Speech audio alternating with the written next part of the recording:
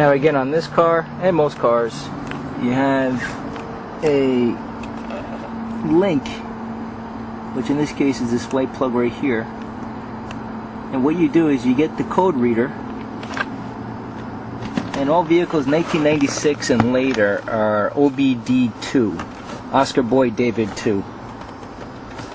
So you want to get a code reader that's OBD2 for your car's 96 or newer. You take the end of the code reader and you plug it in. Make sure it's nice and snug. And then the next step, what you need to do is turn the key to the start position, but don't start the car. Just turn it to the start position. And here's the code reader. Just hit enter to have it linked up. This is a very basic code reader, but you can get very sophisticated code readers for maybe around $200. This is maybe about $25–30, so it's not that bad. I just need a general reading. Hit enter, one fault code, and to find out, we hit enter, and when we have a code P0130. Now I have a little booklet here. Let's see, P0130, O2 sensor circuit malfunction, bank 1 sensor 1.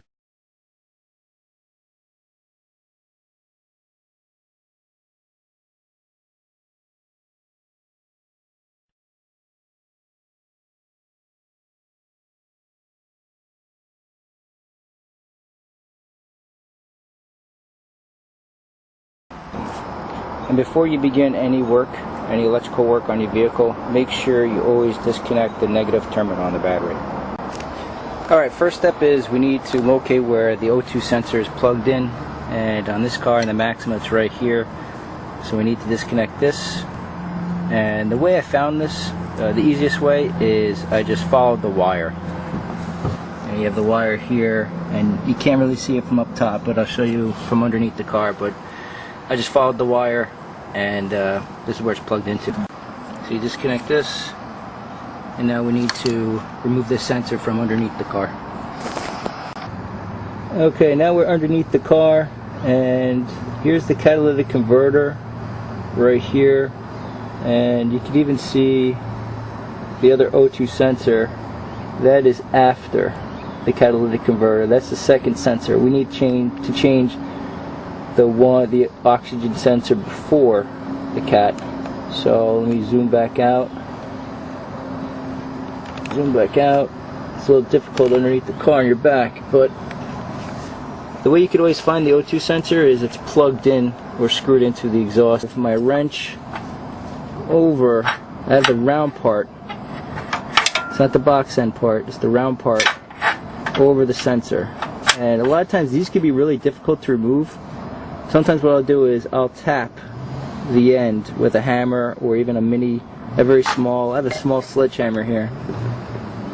Right, I got this guy right here, small, maybe 3 pounds, and tap the end of this. I can't do it lying on my back and holding the camera at the same time, but just tap it loose and she'll come right out.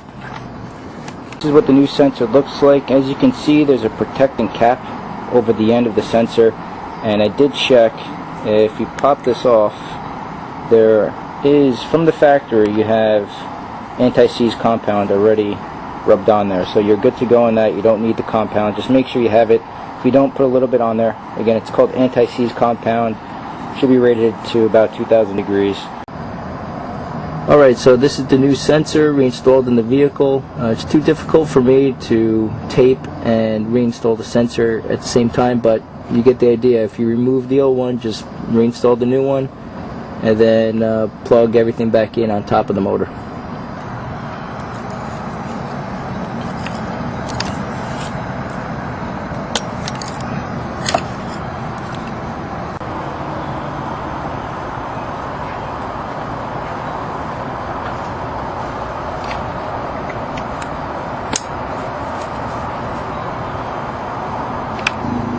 Alright, once you reconnect your sensor, make sure you reconnect the negative terminal to the battery, and then we'll erase the code from the computer.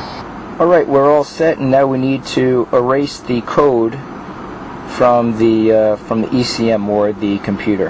And to do that, you need to get to the main menu again. Let's give it a second, let it boot up.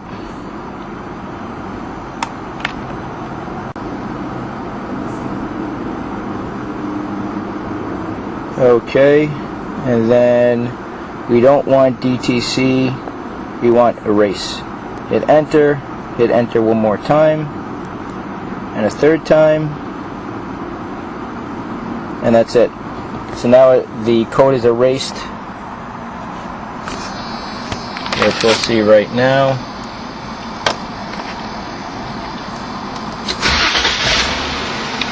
And that's it. The check engine light is off, and it should stay off. If it comes back on, then you did something wrong, or maybe you have another problem. But I hope this helps some of you out there.